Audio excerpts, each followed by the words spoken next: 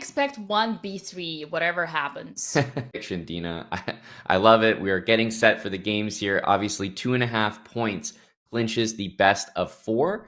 And in the event of a tied match, we always have Armageddon to settle it. So, Dina, we are just about to start here, and all eyes are going to be on this match. It is the only one remaining. The history is about to be made, ladies and gentlemen. This is the very first Chessable Masters qualifier, and we got the moves. Let's go. All right, we have e4, e5. So the players are, honestly, not necessarily fighting for an esports World Cup spot. I'm sure that both of these players are going to be there, guaranteed at this point. But there's a lot on the line when these two match up. It's pride, it's prize money, and they're representing their esports orgs. And for the first time ever, chess is gonna be a part of the esports World Cup. So yeah, that's a big thing for everybody, for all of us, even for you and me, Aman. 100%. Let's talk chess here. We have e4, e5. Now, looking very, very timid here to start off. Nothing too crazy. Hikaru had so many battles against Ali Reza and even Nepo. They kind of repeated that line where the white queen got over to a2. So it made me think when I saw this, is Magnus interested in playing some of those variations? It seems like not quite, and very, very reasonable start here. White goes for h3. Black retreating the bishop, getting out of the way of moves like b4, moves like d4. But I think we're going to see classic slow maneuvering. Knight from d2 can even go to f1 and g3. This is a very typical maneuver. And black might do the same. Knight e7 to g6, and then maybe pawn c6. Yep, that's a very classic way of starting the game. In a way, boring, if I may. I'm pretty sure for Magnus it is looking boring, but he needs to be careful because this is, when you relax too much, this is where your opponent gets you. And yeah, I mean, the amount of games that has been played in this line is probably the same as the amount of stars in the galaxy. Yeah, and even between these two players, they've played so much. But I was kind of thinking back that the last time they've really matched up has been almost more than a year ago in a serious event. They kind of traded wins in the Speed Chess Championship. I think 2022 Nakamura got the win, and then 2023 Carlsen got the win. So these are just the literal two best players in online chess.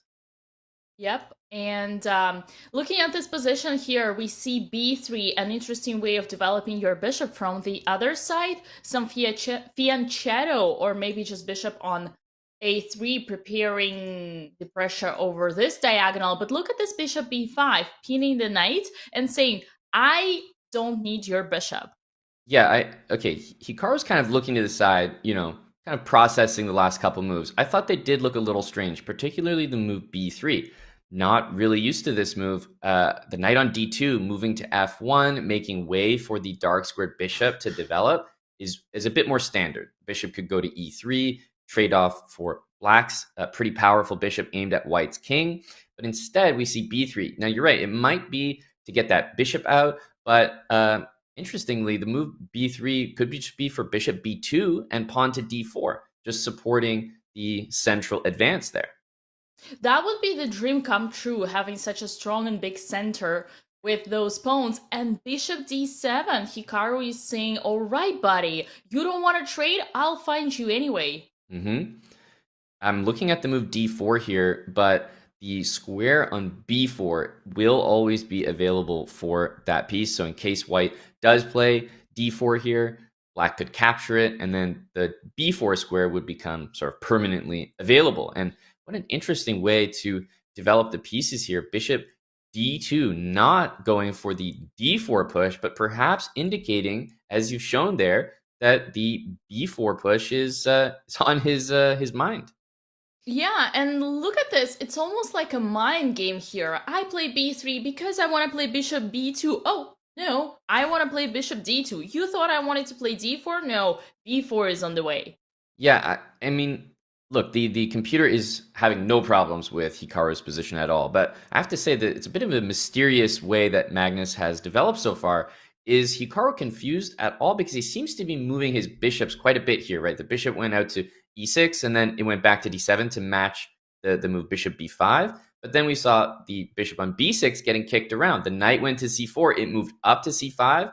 Then Magnus made another move. It goes back to a7. It's almost like just can't decide where to put those pieces safely. I still like his position, but interesting that he's kind of reacting. Bishop takes c6, giving away the bishop in order to win a pawn, which is not a real pawn because of bishop f2. What is going on? I see Magnus Carlsen is trying to close the position. Yeah, there's opposite bishops here as well. Bishops that are not operating on the same colors. Black has the light squared bishop, white has the dark squared bishop. It just means that, yeah, this already is reflected in the evaluation bar. Very, very even game. And I wonder why Magnus would be interested in trading in that pawn on the side of the board, the A pawn, for the F2 pawn. And of course, his king is a little bit out and exposed. Yeah, and that's why he just played king g1, putting the king back where it belongs. I am slightly worried about a4. You think it's a cool pawn on the side, but it's not really a passable pawn. Right now, it's a backwards pawn. Okay, he's moving it. Very fair. He heard you, I think. Yeah, he wanted to make sure that didn't end up as a weakness at all. I thought we might be getting the move d5 and maybe opening things up. But Hikaru playing a bit more cleverly. I think he's just rerouting some of his pieces. The knight on f6 truly, without a pawn break, wasn't doing that much. So I think Yeah, everyone's just and rerouting. you think about knight c5, right? But if you Mhm. put the knight on c5 and then the bishop takes c5, then white could actually be with a better knight against the bishop because the position would be closed, and all those pawns would actually be restraining the bishop. So I'm not even sure that knight e7 is heading to c5. Maybe it's, as you said, just to play f6. F6 could be F5 as well. I think that black is interested in some of these D5, F5 type of moves just to open things up. And we see captures on B5 followed by knight C5. D3 is clearly a hit here in this position. So bishop very likely to move. Bishop B4 looks like a standard reply. Bishop E3 kind of highlights that we need to keep an eye on that A5 pawn. Just because we moved it up from A4 might not be a weakness on A5 because of the bishop. It means you do need to leave the bishop there. Yeah, very well spotted. We certainly do not want to blunder that a5 pawn. And I want to add that right now, looking at this b5 and a5, you clearly see a future pass pawn. So completely different situation from what we saw like 30 seconds ago. And it could become a serious headache for black. Mm-hmm. Well, the game has kind of like settled down a little bit, right? The plans are clear here. Opposite bishops, there's that outside pass pawn for Magnus, so you can always appreciate that that's where white's going to try to play. I wonder if we'll see queen to b1 here, kind of a multi-purpose move. Also watching over the d3 pawn a little bit, and I've been sort of waiting and wondering about Hikaru's plan. He's definitely improving his pieces, but I wonder, is he going to strike with some move like d5 looks less likely now after that last move, or even the move f5, just always in the position. Yeah, Hikaru certainly needs to create a counterattack, just something to play with, because otherwise he will be just waiting until the A pawn promotes. Yeah, for the moment, it's the case where, okay, maybe he's not going for any of these breaks, but there's nothing wrong with his position. White's pieces also are a little bit, placed a little bit strange. Rook on a3, queen on b1, but there is some kind of coordination here. The a pawn also can't really move. Obviously, right now, if you move it, you lose it, but still, as soon as that pawn goes up one more square, it's too far in black's territory that it's so easy to attack and just win. So I think a5 is kind of as far as it can go right now, and I think we need to, for both sides here, Dina, use one of the rules that you've been talking about in the broadcast. Take one of your worst pieces and think about how to improve it. So rook e8. Yeah, I mean, rook a8 hasn't even moved, and it might actually be one of the better pieces in the position. It's not too poorly placed there. The bishop from e6 just went back to d7, which was rather odd. From white's position, I'm looking at the knight on f3, and I'm thinking, okay, it would be great maybe if that piece was on c4. Don't mind the knight on the c4 square. We'd be hitting b6, d6. Yeah, knight on d5 is another good one. So perhaps knight on f3 is the next piece that I would be thinking about, which means maybe bishop from d2. I might consider moving to e3. especially after this last move. And in order to do that, it means I need to defend my A pawn. Magnus says, no defending. I'm pushing. I'm surprised by this. Yeah, I was just gonna say maybe it would be more potential for the passer in the end game, sort of joker that you can pull once the queens are off the board. But no, he's going for it. And I noticed that the evil bar wasn't as happy, but apparently there is nothing concrete. Yeah, Magnus has definitely, calculated this reasonably. My first thought is that the pawn is a little bit too far because it's now outside of the range of the white bishop on d2. If it goes one more square up to a7, you could see how the dark squared bishop could go to e3 and provide very nice defense with the white rook also doubling on the a file and just hold on to that pawn forever. But that being said, Dina, I'm not sure that it can make it safely to a7. Black's going to play knight c5. Black's going to play queen c7. And wow, this looks like such an interesting decision. And bishop b5, hitting the d3 pawn, stopping white from um, putting all their pieces on to help with the pawn. But why is it so bad? I don't know. I'm looking at d4, right? That's the sort of first consideration, just because it's attacked, and this looks like the knight could recapture nicely. But there are lots of tactics and things to worry about. E4 might be loose at the end. Knight d3 can happen anyway. But a7 is quite defended, better than I thought. Maybe Hikaru's trying to play rook e7 next and just take on a7. It looks like white cannot add another defender. So if the engine likes white's position here, Dina, it's telling me there has to be kind of an important move here. We can't just play a slow move because rook e7 and maybe taking that pawn is coming. Bishop e3. Magnus is hitting the knight with the idea if the knight moves, then the bishop would be protecting the pawn, but the knight certainly doesn't want to move. Hikaru's just gonna go rook to e7. So what happens if the pawn gets captured here? I guess, is it rook b1 almost? Yeah, you can go rook d1 and the knight will just return. Knight to d3. Is that time to sacrifice the rook? I mean, if I'm sacrificing, I need a pretty good reason. The thing about the move bishop e3 is it's one of those things where you just fully allow your opponent to play the move they threatened. And that's always a humbling experience in chess. When you make a threat against someone and they say, yeah, please do it, then all of a sudden you start really second guessing yourself. And what if we would just put the rook on b1, attacking the bishop who's protecting the knight? Yeah, rook b1, bishop c4, and then maybe rook c3. I wasn't sure about this position. Maybe we can kind of get a pin here, and yeah, the black queen can't really get out of this. It just feels like a position that tactically could fail. Yep. And then the knight would come to d2 and attack the bishop. And I think we have this on the board. Correct. I can't believe this. We were looking at this in analysis, and I was like, no, there's no way, because the rook would go to c3. Rook c3 looked like a good move, but Magnus maybe just played an even better one, knight d2. What does Hikaru do about this?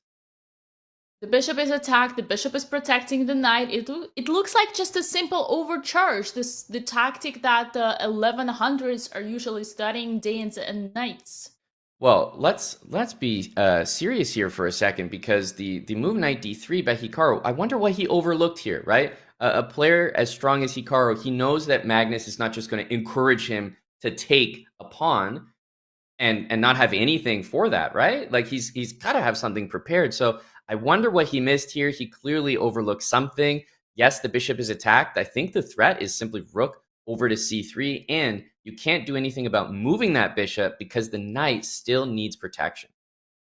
And looking at Hikaru's face, he's certainly not happy. He's realizing what's going on. He's nodding his head. He looks like it stinks. The position stinks. Maybe pawn to d5? Like at this point, I'm just trying to save everything. I'm sure this move is no good. I'm trying to protect everything, but there's so many threats. The rook c3, and let's not forget, white has a pass pawn protected on a7. So even if we don't win a piece here, we can appreciate that in order to get out of this tangled mess that he's put himself in, he's not going to be able to also handle a pass pawn on the 7th rank. And he's going low on time already. Only 1 minute for Hikaru Nakamura versus 4 minutes for Magnus Carlsen. Honestly, this looks just too good to be true. Yeah, unfortunately, with no increment here, Hikaru feels that he has to spend the time because, I mean, he's shaking his head. He knows that the engine is obviously reflecting here, but his evaluation is going to be the exact same. There's probably not a way to save the piece without heavy material loss, and he's going to try d5. I mean, what else can you do? But I think he knows that there's just no saving all of these tangled pieces.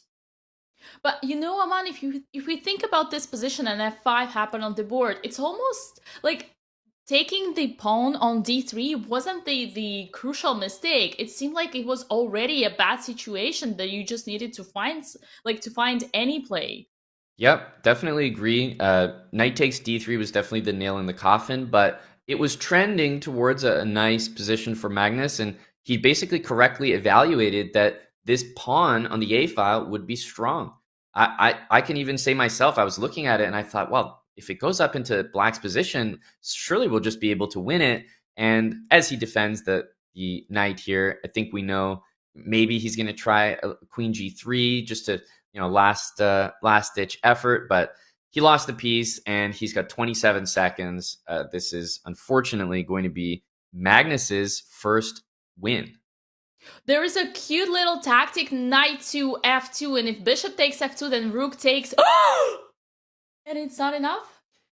Well, I think that the a7 pawn is almost worth an entire rook, and Magnus is looking at 20 seconds for his opponent and thinking to himself, okay, why am I going to stress trying to find the absolute perfect defense? Let me just sack some material. I already won some, so it just doesn't matter. And he correctly evaluates that that was the easiest path to victory. And Magnus Carlsen takes game number 1 in the grand finals against Hikaru Nakamura. And honestly, Hikaru going to be kicking himself. He's speaking, he's kind of words of encouragement to himself on the camera right there, as he knows that was not his best game, and he clearly, Dina, missed something in the calculations there. But as a matter of fact, is he live on his own stream right now? I believe that he does some commentary. I'm not sure he himself would be, but I believe he has a team covering almost all of his events. So